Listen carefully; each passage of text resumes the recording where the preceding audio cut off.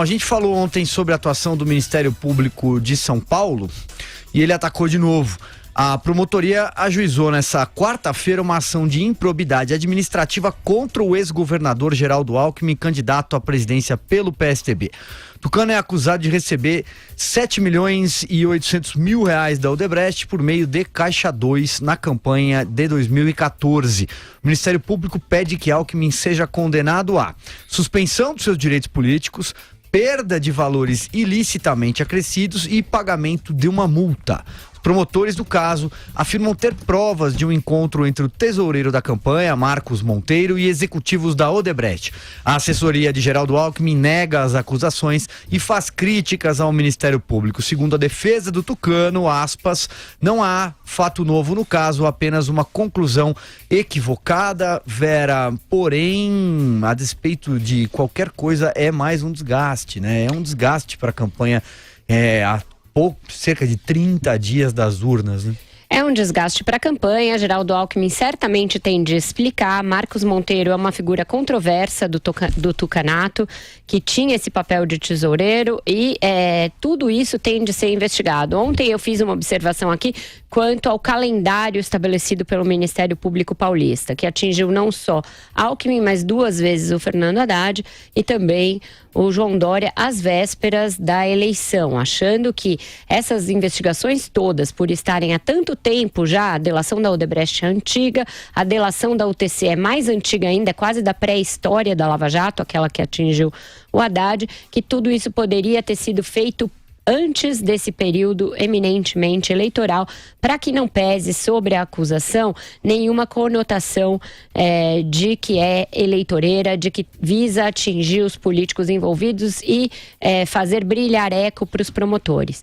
E não obstante isso, além disso, Silvio, ontem a Folha de São Paulo, por meio do colunista Bruno Bogossian, publicou uma reportagem mostrando que o promotor que apresentou as denúncias hoje fez uma convocação ontem aos seus colegas para que estivessem em maior número possível no ato em que ele anunciaria algo referente ao inquérito relacionado ao governador Geraldo Alckmin, para demonstrar união no Ministério Público. Então ele fez uma espécie de uma convocação de claque para assistir à manifestação que ele faria a respeito desse inquérito. Isso me parece algo bem inusual, para dizer o mínimo. Com relação à acusação em si, é uma acusação grave, né? Uma acusação que não é de qualquer pataca, são 7,8 milhões de reais que teriam sido repassados em parcela e em dinheiro vivo ao Marcos Monteiro ou a emissários dele por meio de diretores da Odebrecht. Então isso tem sim de ser investigado. Me parece só estranho que eles digam que o Geraldo Alckmin tem de devolver o que eventualmente tiver sido acrescido ao seu patrimônio. O Ministério Público tem como aferir o que foi acrescido ao patrimônio. Os políticos declaram o seu patrimônio regularmente. Geraldo Alckmin declara o seu patrimônio a cada 4 anos. Houve, de fato, acréscimo? Houve algum depósito em suas contas bancárias? Houve algum pagamento que tenha sido convertido em aumento de patrimônio? Eu acho que uma denúncia com este pedido e com esta gravidade pede que ele perca os direitos políticos e eventualmente função pública que venha a adquirir. Ela tem de ser acompanhada de qual é o patrimônio, qual o aumento de patrimônio correspondente a que eles estão se referindo. Então tudo isso são coisas que o Ministério Público vai ter a oportunidade de esclarecer. Do ponto de vista do Geraldo Alckmin, o mais grave para mim é uma matéria da Folha de hoje que mostra que ele teve sim encontro com delatores da Odebrecht, que ele negou à imprensa. Ele negou em entrevista à imprensa que tivesse se encontrado com Aloysio, um diretor da Odebrecht, que ele admitiu ter encontrado em depoimento sigiloso à Procuradoria-Geral da República quando o inquérito ainda estava no STJ, quando ele ainda era governador. Então, isso para mim é grave. Isso é ele negar publicamente em entrevista algo que admitiu em um depoimento sigiloso. Quanto a isso, o governador Geraldo Alckmin terá de responder, porque é uma incoerência, é uma imprecisão, uma possível mentira em depoimento à imprensa em relação ao que ele disse ao Ministério Público. Carlos Andreasa, vamos então para mais uma tentativa. Você já está aí na ponta da linha de novo. Já estamos falando de Geraldo Alckmin e no começo falamos sobre Lula. Passo aí a bola com 2 temas então para você. Vamos tocar adiante e falar sobre o Alckmin, que passou. Esta omissão a que a Vera Magalhães fez referência agora é gravíssima. Gravíssima.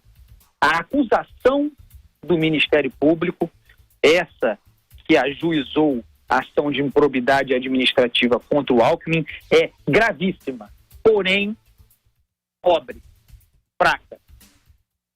É preciso ter muita atenção, e eu fico muito à vontade para falar sobre isso aqui, porque é um tema recorrente deste programa especificamente mesmo.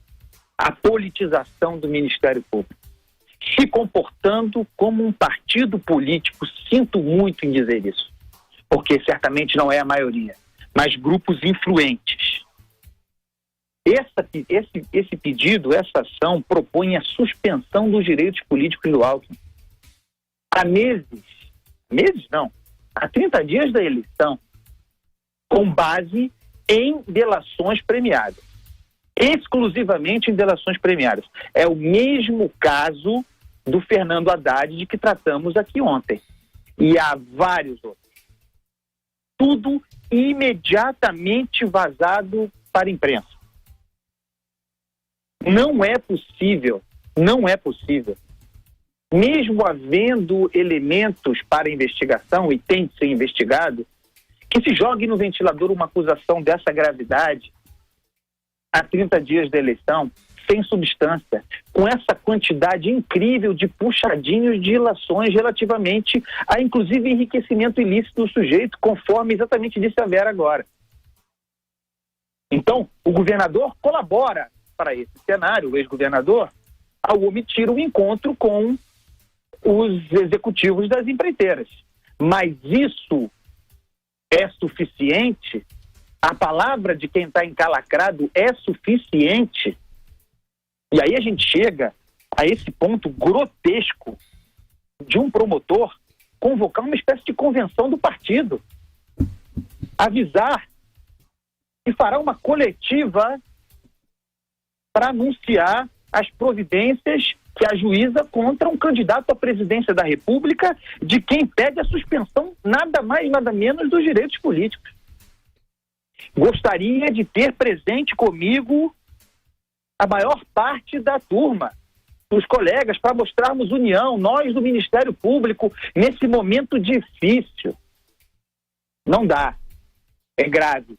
O Ministério Público precisa voltar a ser um órgão capaz de reunir informações de maneira sigilosa, trabalhando com a Polícia Federal para robustecer aquilo que virá a ser, caso haja matéria, uma denúncia forte contra alguém. E não um instrumento seletivo de vazamento de informações. Hoje, não é brincadeira isso, hein? Isso serve para todos os candidatos. Todos. Porque é a criminalização da política que está em curso aí. Hoje, a política está na lama. É o Ministério Público quem decide quem pode ou não ser candidato a presidente da República ao Brasil, ou a governador. E eu não estou exagerando quando eu digo isso. É muito poder concentrado na mão e muita facilidade para vazar a matéria. É isso. Sigo com você, Marcelo Madureira. Pois é uma no cravo e outra na ferradura, porque ontem tivemos o Ministério Público de São Paulo fez acusações também gravíssimas, né, contra o candidato do PT, que eu não sei se é vice ou presidente do momento, está em transição, o Haddad, né? E hoje, né, no dia seguinte, você tem acusações também gravíssimas contra o Geraldo Alckmin.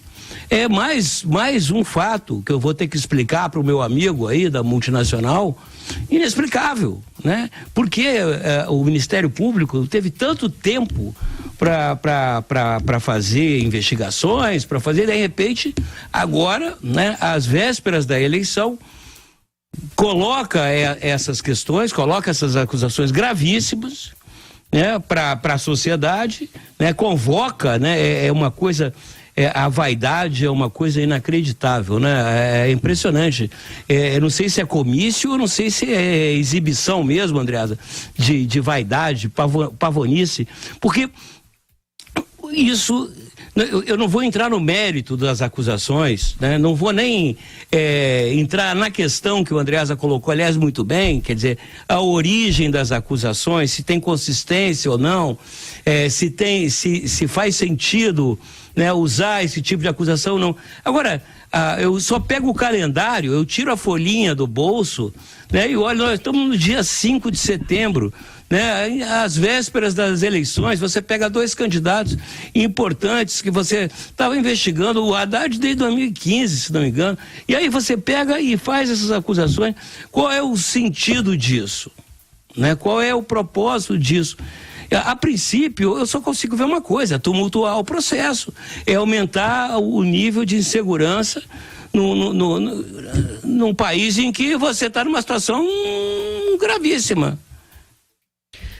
Muito bem, seguindo então, Vera, falando de Geraldo, o Andreasa quer fazer mais um Não, eu comentário. quero fazer sim, porque um pouco de educação política aqui, da seguinte natureza: as pessoas estão celebrando, bolsonaristas especificamente,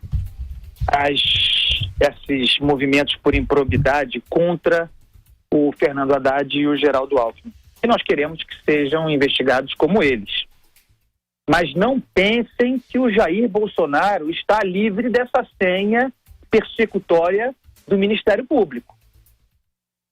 Vide o que a Raquel Dodge fez naquele caso bizarro de acusação de racismo contra ele. Se vocês não querem pensar na dignidade da atividade política, pensem oportunisticamente no futuro do seu candidato. É isso. Muito bem, tem mais uma informação então, Vera. O ministro Gilmar Mendes, do Supremo Tribunal Federal, ele mandou soltar o Laurence Casagrande, ex-presidente da Dersa, né, a empresa que administra as rodovias estaduais no estado de São Paulo.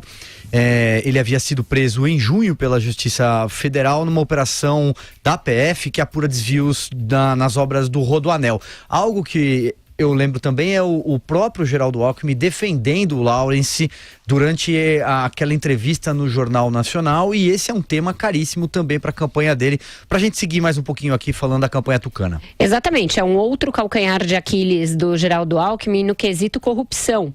Que ele, que sempre teve uma carreira dizendo ser ficha limpa, etc., não esperava enfrentar nesta campanha presidencial, a sua segunda, tantas denúncias de corrupção. Ele tem sido cobrado por corrupção mais do que praticamente todos os outros candidatos. Como o candidato do PT não entrou ainda oficialmente na campanha, recai sobre ele o maior peso do contencioso da corrupção. Ele tem sido cobrado por Aécio Neves, Eduardo Azeredo, os problemas da Dersa, entre eles o Laurence Casagrande e também o Paulo Preto, que é uma herança do Serra, etc. E agora em relação a essas doações para a sua própria campanha. Esse é o caso que atinge mais diretamente a ele próprio. Esse do Laurence Casagrande, ele tem sido incisivo em defendê-lo. O Laurence Casagrande é uma indicação de um dos homens de maior confiança do Alckmin, que é o Saulo de Castro. Então a gente tem que ver se essa soltura dele, determinada pelo Gilmar Mendes, que tem sido useiro em vezeiro soltar as pessoas acusadas, vai fazer com que esse assunto saia da pauta. Eu acredito que não. É um assunto que volta mais à pauta agora que o sujeito foi solto. Então a gente vai ter que acompanhar. O Alckmin tem corrido riscos ao defender de uma maneira tão entusiasmada e tão incisiva que não permite praticamente recuos alguém que ficou tanto tempo preso e que está sendo acusado pelo Ministério Público. É um risco que ele assumiu para a candidatura dele. Voltando um pouquinho à questão da denúncia do Ministério Público, o governador Geraldo Alckmin tem sido um bagre ensaboado para falar a esse respeito. Hoje, questionado sobre a denúncia, ele disse que não tem acesso a um depoimento. Quando questionado, se disse mesmo em depoimento que tinha se reunido com um dos delatores da Odebrecht. Isso é tergiversar, isso é enrolar. Não ter acesso a um depoimento é uma coisa, se lembrar do que ele próprio disse no mesmo depoimento é outra. A questão é muito simples, o senhor disse ou não disse isso? O O senhor se encontrou ou não se encontrou? É uma questão direta, não permite você enrolar nem tergiversar. Você ter se encontrado ou não com alguém é algo factual. E você ter dito que se encontrou ou não com alguém em um depoimento à justiça é mais factual ainda. Além de ser um ato público, não é público porque é sigiloso, mas um ato oficial de uma investigação. Então, eu acho que não há como se omitir de responder essa pergunta. Ele tem de responder. Madureira, você quer comentar a decisão do ministro Gilmar Mendes soltar o ex-secretário do Geraldo Alckmin? Claro, claro, Silvio, porque é isso, ele jogou para o foco, né, botou no centro do palco essa questão que o Laurence, inclusive, foi num desses debates, eu não sei se foi da Rede TV ou se foi... São tantos debates, são tantas sabatinas, mas eu lembro que o Alckmin defendeu enfaticamente o Laurence. Foi no Jornal Nacional. Foi no Jornal Nacional. E realmente ele está numa situação... Antes ele já tinha feito isso na Globo News também, Duas ocasiões em que ele disse que põe sua mão no fogo. Mas foi muito enfático e é como a Vera falou, ele tem que ser também muito enfático na resposta dessas questões. Reuniu ou não reuniu? Esteve ou não esteve? Isso é fundamental. Agora, o que eu queria ressaltar, que você vê, nós estamos no programa, discutimos 3 pontos, né, às vésperas da eleição, e todos eles, o eixo, né, de condução é o judiciário, é o poder judiciário. Isso é incrível, quer dizer, hoje toda a política brasileira passa pelo poder judiciário, né? É um desequilíbrio tremendo nas instituições, né? E o que é pior, as decisões são decisões no mínimo assim duvidosas, são decisões que deixam a gente meio atônito, pegam a gente de surpresa, a gente Deus me livre, mas acaba duvidando do próprio poder judiciário, né? Queria não duvidar, mas é o que acaba num cidadão comum, normal, é o que desperta, né? Afinal, aonde é que está a razão?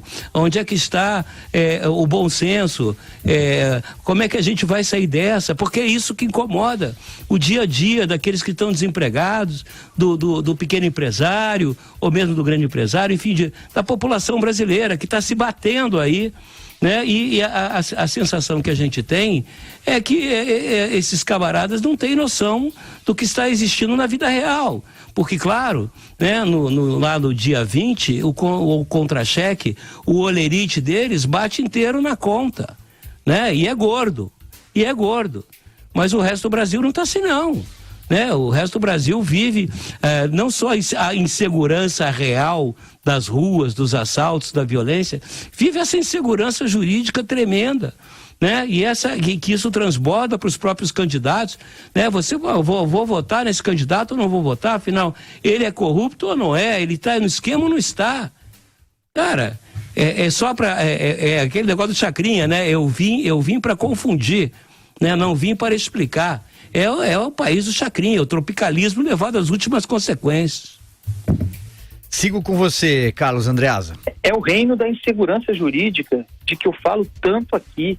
Esse denuncismo permanente, falta de substância, vazamento permanente de acusação contra as pessoas, é o paraíso do Luiz Inácio Lula da Silva. É a lama permanente que criminaliza a atividade política e que revitaliza o Lula. Não é por outro motivo que ele cresce. Eu tenho falado isso aqui há muito tempo. Sobre especificamente o ajuizamento de ação de improbidade contra o Alckmin, muita gente perguntando sobre as consequências disso. Para esclarecer, está na mão do juiz da 13ª Vara de Fazenda, o senhor Alberto Alonso Munhoz. Ele pode rejeitar liminarmente a ação, mas se ele a acolher, como esse tipo de processo costuma ser célere, é possível, bem possível, que o Geraldo Alckmin se torne réu antes do primeiro turno da eleição. No entanto, da mesma forma, considerando o trâmite habitual desse tipo de ação, é muito difícil que ele venha ou que possa ser condenado antes do fim desse ano. Só para esclarecer aí o horizonte desse tipo de ação para o nosso ouvinte, é isso. Muito bem, então só mais uma rápida rodada aqui antes da gente partir para o break. Vera, falando sobre Alckmin, ainda eu li na sua coluna no Estadão hoje, que história é essa de Vale Botijão? Até porque essa é a pergunta que nós deixamos para os nossos queridos ouvintes. O Alckmin está encalacrado, né? Sem conseguir crescer nas pesquisas, patinando ali, precisando falar a um eleitor que não é de alta renda, um eleitor mais das classes mais baixas. E ele encontrou, numa proposta antiga que remonta lá ao governo Itamar Franco, um jeito de tentar fazer isso. Propôs no Twitter dele, foi anteontem já, que vai subsidiar 50% do botijão de gás para as famílias que pagam tarifa popular ali, tarifa econômica de energia, aquelas famílias mais carentes, portanto. Imediatamente tocou o sino do populismo, né, Silvia? Porque essa é uma proposta que tem toda aquela cara intervencionista, baseada em subsídios, algo de Dilma Rousseff. Ontem eu conversei com o Adriano Pires, que é o responsável pela área de energia do programa Tucano, e ele explicou que hoje já existe um subsídio do gás que é para todos, que ele chamou de Robin Hood às avessas, porque faria uma distribuição da renda para quem não precisa. Então hoje todo mundo paga em torno de 55, 60 reais o botijão de gás, quando o preço de mercado seria 80, porque é majoritariamente importado, etc. A proposta do Geraldo Alckmin é deixar o preço flutuar livremente para quem pode pagar, e para esses que pagam a tarifa popular ali de energia, subsidiar 50%. Então, equivaleria a pagar R$40, quem hoje paga 55, e passar a pagar 80 aqueles que podem e que pagam hoje 55. Ele nega que seja populista porque tem esse recorte de atingir só a população menos favorecida, e teria que ser apenas para o gás, um cartão que é vinculado à compra de gás. Me parece uma explicação insuficiente. Essa proposta, a meu ver, não dialoga com um programa liberal na economia e não dialoga com a necessidade de corte de custos, que é o que o próximo presidente vai ter. É uma proposta descolada do restante da proposta do Geraldo Alckmin, mas ela se insere nesse momento em que ele precisa crescer. Então já tem uma carinha ali de desespero e apelação. Andreasa, o que você acha dessa história de Vale Botijão há 30 dias praticamente das urnas? Há 30 dias, há 150, 1.500, há 10 mil dias, é uma vergonha. É um candidato que apresenta um programa e faz um discurso bonitinho, liberal, de responsabilidade fiscal, de diminuição do Estado, de racionalização da gestão, mas que está sob pressão dos resultados e que se curva à pauta populista dos outros. Porque o que estariam dizendo se essa proposta fosse do Ciro Gomes? A rigor, do ponto de vista da leitura política, qual a diferença dessa proposta para o SP Ciro? Se não tem a mesma natureza, a mesma finalidade eleitoral, talvez dê manchete. A gente critica aqui o Geraldo Alckmin por sua incapacidade de gerar manchete para si. Mas essa não é uma manchete boa para o tipo de candidato que ele precisa ser para se tornar competitivo, e é muito difícil. Então, pauta vazia, proposta populista, que denota desespero, que contém um recado claro, uma mensagem clara, que é a seguinte: não tenho mensagem, não tenho agenda, não consigo conversar com o eleitor, não consigo conversar com o brasileiro, senão tomando empréstimo discurso dos outros. É muito, muito ruim, muito ruim. Espero que as pessoas que trabalhem para o Geraldo Alckmin estejam ganhando pouco, porque para ganhar muito, para formular esse tipo de proposta vergonhosa, é duro. Marcelo Madureira, então, para a gente amarrar esse bloco, que o Reginaldo já está me cobrando no intervalo comercial aqui. Mas eu vou dar uma outra abordagem, porque é curioso, pelo menos aqui no Rio de Janeiro, esse tipo de política populista, né? Eu não vou nem entrar nem nessa vala comum do populismo aí que o Alckmin resolveu entrar. Porque aqui, meu querido Geraldo Alckmin e seus marqueteiros, aqui o preço do botijão do gás, quem determina é a milícia, são os traficantes, que determinam, aliás, não só o preço do gás, o preço do gatonete, o preço dos aluguéis, em várias áreas aqui do Rio de Janeiro, isso eu digo com certeza, né, nas favelas, nas zonas de pobreza, quem manda é o tráfico, é a bandidagem. Então esse tipo de política populista, ele vai ficar, não funciona, porque aqui quem determina o preço também não é o mercado, é a bandidagem. E essa é a questão fundamental que tem que ser resolvida e abordada pelos aqueles que querem ser presidente da República, e não trazer pautas populistas, né? Levar o debate eleitoral para a vala comum do populismo, né? Todos sucumbindo ao populismo, quando a questão é essa, a bandidagem é que vai determinar o preço do botijão de gás.